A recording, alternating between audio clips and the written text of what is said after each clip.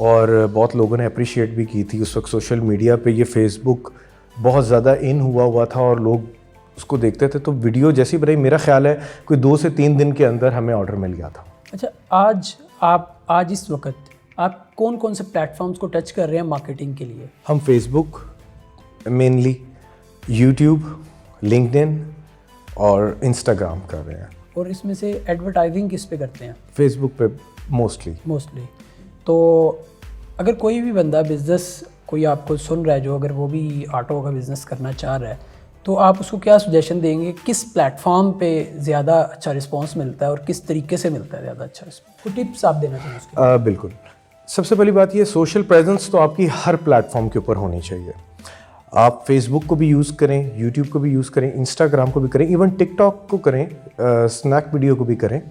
Basically audience آپ کی جو ہے, چاہے آپ کسی بھی لائن سے ریلیٹڈ ہے, چاہے آٹو موبائل سے ہیں, چاہے کلوتھنگ سے ہیں, چاہے گروسری سے ہیں, آپ کی آڈینس کے لیے آپ کو پریزنس چاہیے. اب دیکھیں کس طرح سے ہاؤ اٹ ورکس. فیس بک جو ہے آپ زیادہ تر نیوز فیڈز دیکھتے ہیں, یوٹیوب کے اوپر آپ سرچ کرتے ہیں زیادہ چیزیں یا پھر آپ کو سجیسٹڈ ویڈیوز آتی ہیں. انسٹاگرام کے اوپر بھی آپ کے سامنے سجیسٹڈ آ رہی ہوتی ہیں اور سرچ پکچرز آ رہی ہوتی ہیں, ریلز آ رہی ہوتی ہیں, کچھ سٹوریز دیکھتے ہیں. ایون واٹس ایپ کی سٹوریز بہت زیادہ لوگ دیکھتے ہیں. آپ واٹس ایپ پہ سٹوری لگا دیں, آپ کے سارے کانٹیکٹس دیکھ لیتے ہیں. سو ہمیں بھی اگر کوئی پروموشن ایکٹیویٹی کرنی ہوتی ہے یا مارکیٹنگ کرنی ہوتی ہے, ہم سب طرف پھیلا دیتے ہیں ایک طرح سے. ایچ پلیٹ فارم کو ہر جگہ پھیلا دینا ہے. اگر آپ پھیلا دیں گے تو تبھی ریچ آؤٹ کر سکیں گے. اچھا, جب آپ نے بزنس شروع کیا, آرڈر آنا شروع ہو گئے, آپ نے اس کو ایکسپینڈ کرنا تھا. عموماً دیکھا گیا کوئی بھی بزنس جب ایکسپینڈ کرنے کی طرف آتا ہے تو وہاں بڑے مسائل آتے ہیں.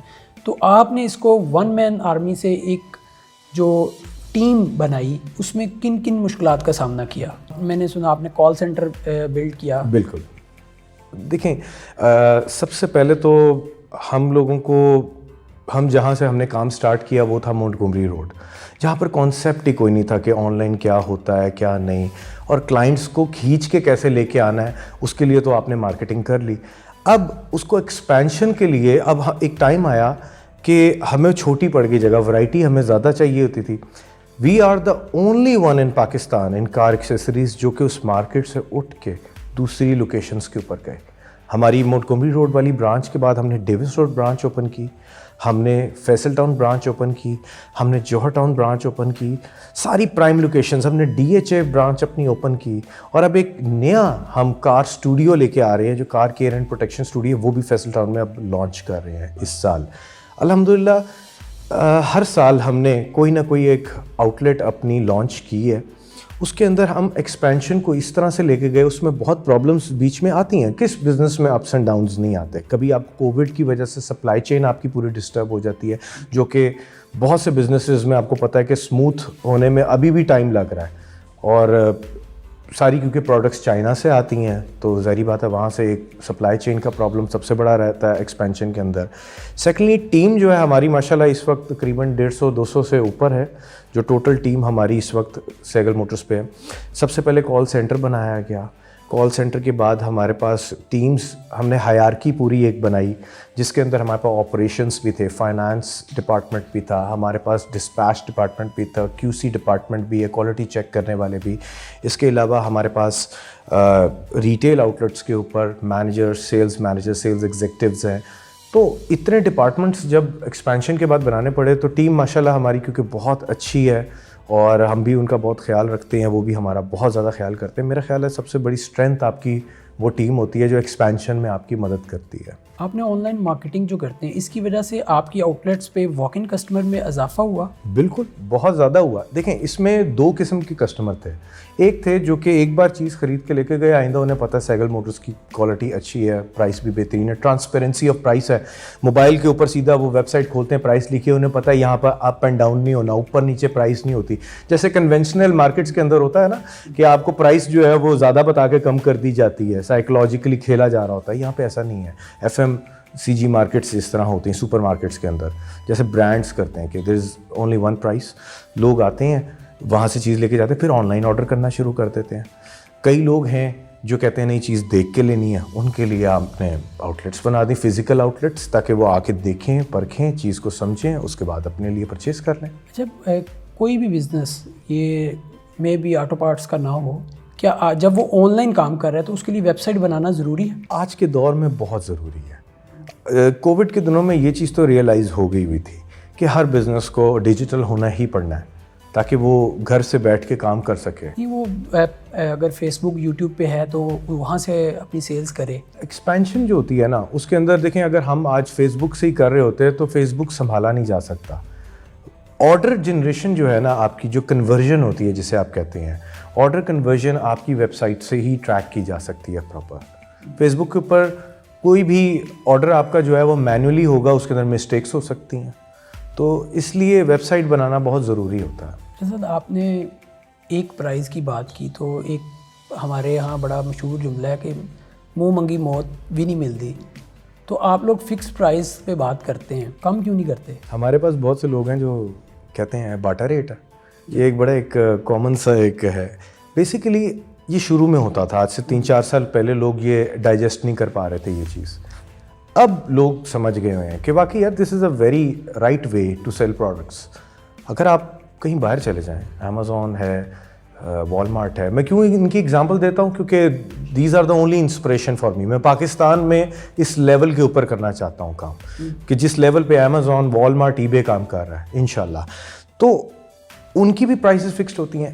یہ کہیں کا اصول نہیں ہے کہ آپ زیادہ بتا کے کم کر دیا جائے, ٹائم ویسٹ کرنا ہوتا ہے. فکسڈ پرائس رکھیے, اگر اس میں لویسٹ پرائس ہوتی ہے ہماری, اس کے اندر کوئی ایسا نہیں ہے کہ کسی کو دیکھیں. آپ اگر آپ میرے پاس آتے ہیں اور آپ کو پرائس ڈسکریمنیشن ملتی ہے کہ آپ کو کوئی چیز 500 کی مل رہی ہے, آپ کے ساتھ والے کوئی گاڑی کا کام جو کروا رہا ہے اس کو 400 روپے کی مل رہی ہے, تو آپ کو بڑا دکھ ہوئے گا. آپ کہیں گے یار یہ کیا یار, میں بھی اتنا ہی کسٹمر ہوں.